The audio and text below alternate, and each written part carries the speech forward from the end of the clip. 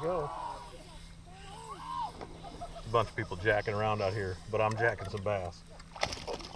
Oh, that was a good one. Oh, that was a 4-pounder. Shoot. That's what I needed to see, though. Doing the right thing. That was on an eco rig, no less. All right. Get repositioned here and do that again.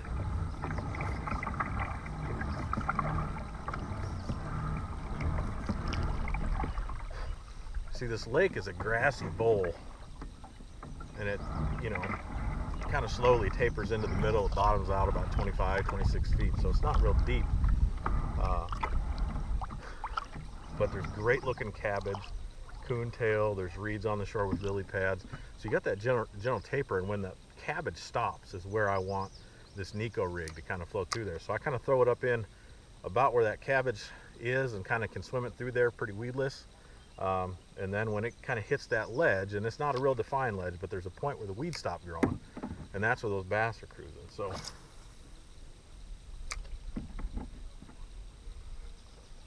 the whole point is to try to find a pattern. I've never been on this lake. I don't know much about it.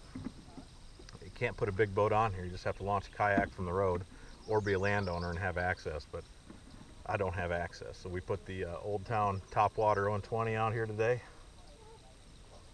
and we're gonna catch some good ones. That first one I jumped off was a big one.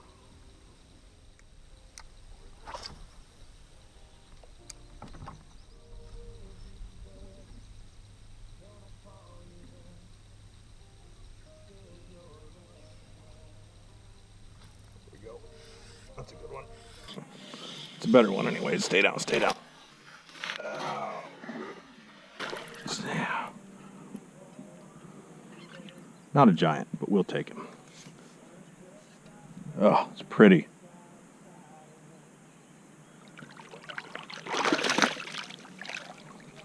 There we go.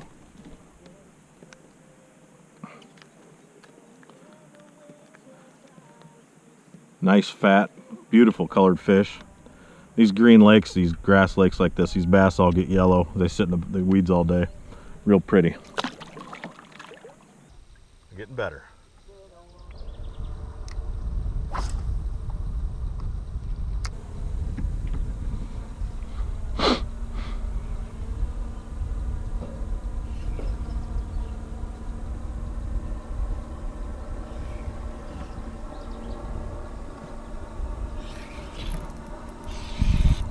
Yes, sir. Good one coming up.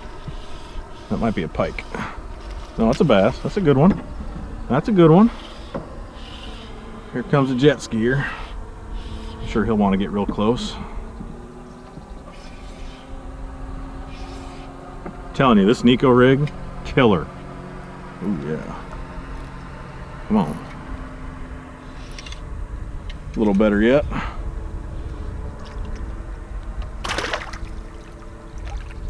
Yeah, look at that. Another nice one. It's probably going 3 pounds. That's what I'm talking about.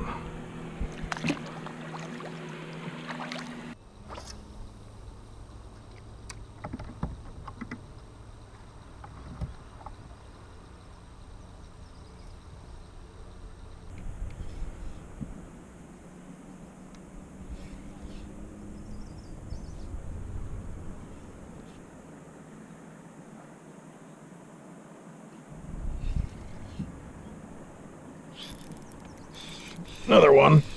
Another good one. Well, they all want to go sky high in this lake.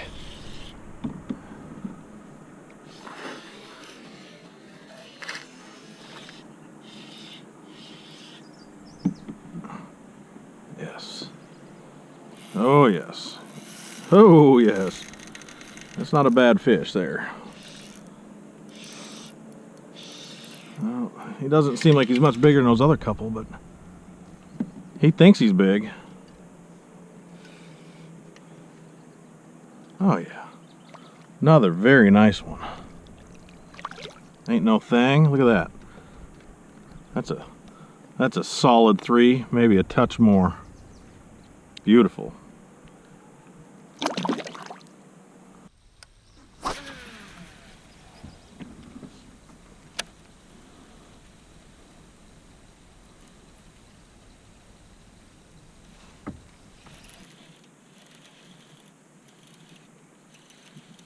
Another one. He feels pretty good.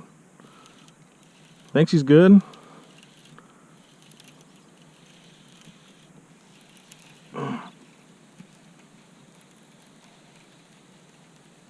Stay down.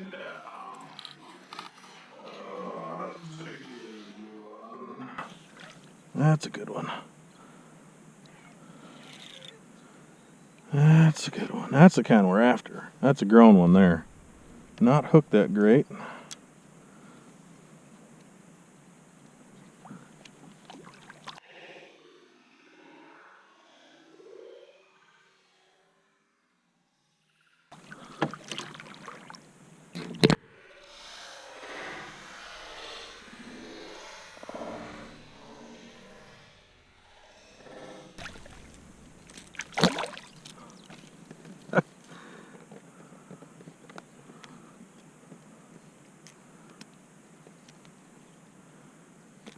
Solid 3.5. That fish is pushing 4, but not quite.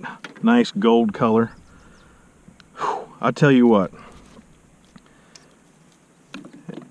this is a small lake that you can't get on unless you own property here, or unless you launch a kayak off of the road. And that's what we did. We put the Old Town Topwater 120 in off the road here, and it has been non-stop action for 2 hours.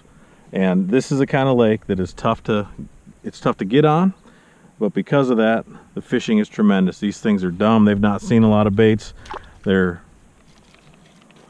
very eager to bite, and I'm telling you right now, this is the type of place that you can have a trip of a lifetime. I'm just throwing a DT10, but I got to tell you what's been real helpful here. I've got this Humminbird Helix 7 on here, and while this lake is nearly inaccessible, it's not 100% inaccessible. And there was somebody that came in here and managed to map this lake out. It's pretty accurate. It's not 100%, but I have a Lake Master chip inside of the Humminbird there, and it gave me a couple starting points. And I promise you I've gone 150 yards. That's it.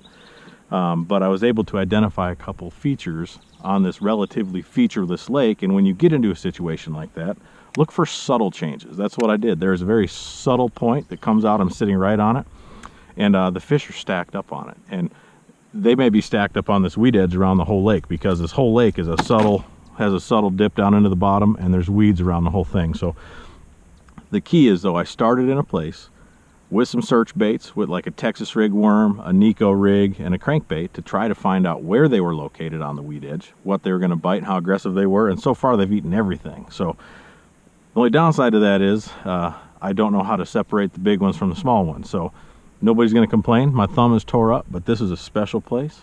It's not the kind of thing that you're going to find on just any old map, but there's a lot of big bass in this place, and I know we've barely even scratched the surface. We're going to keep going.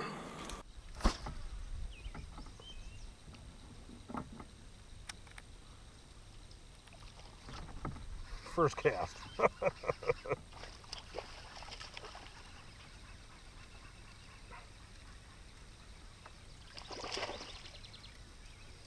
I guess they're gonna eat topwater too.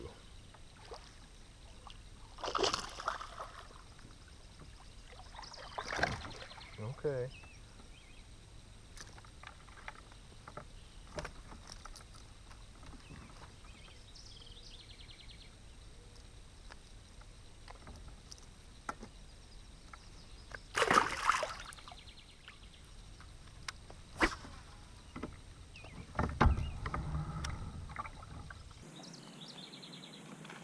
Got one. Oh, that's a good one. Better one. Oh, yes.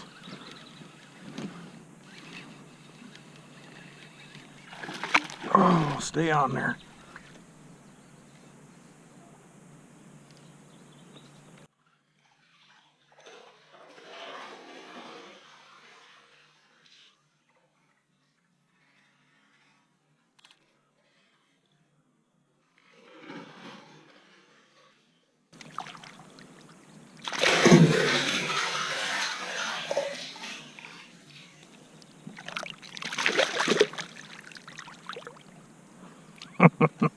How about that?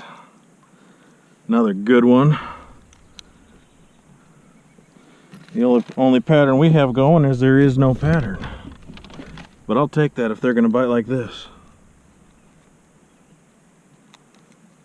sucker is not messing around.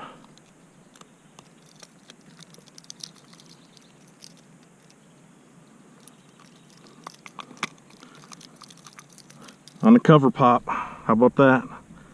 Man, it's fun when they eat. It's like every cast. Let's get us some more.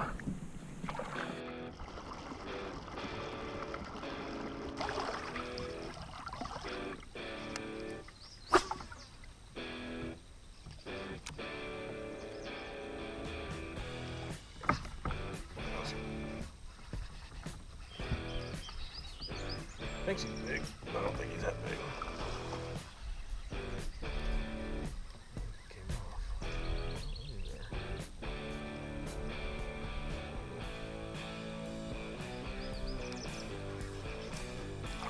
There. A nice one. Take him. He's built like a football. Look at that. All head.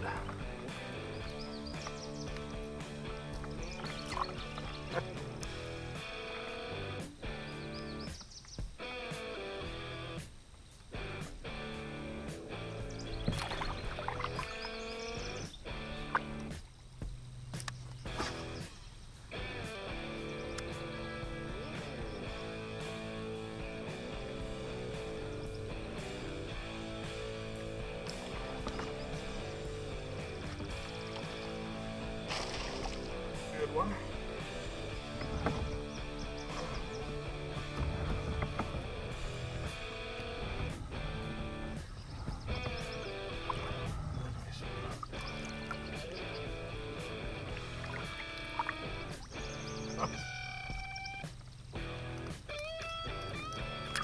They're all this size in here. 2.5, 3 pounds. There's a horse. There's some big ones in here, I guarantee it. So.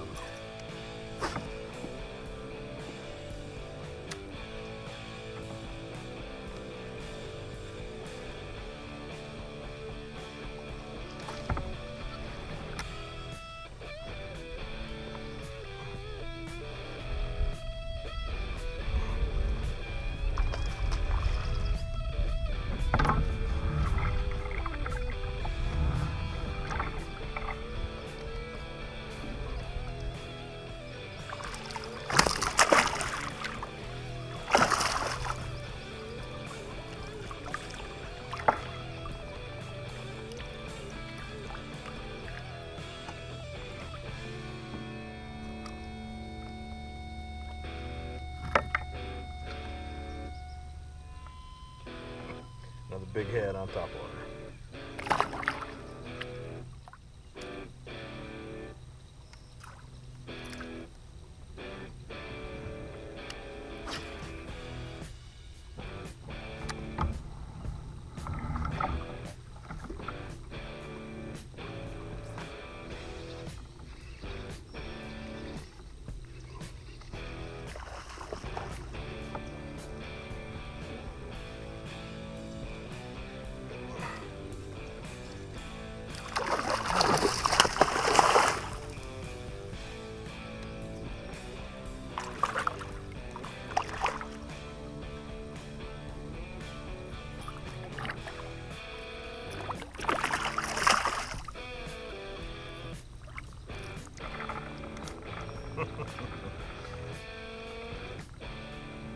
That's what we've been looking for right there. Solid 4+.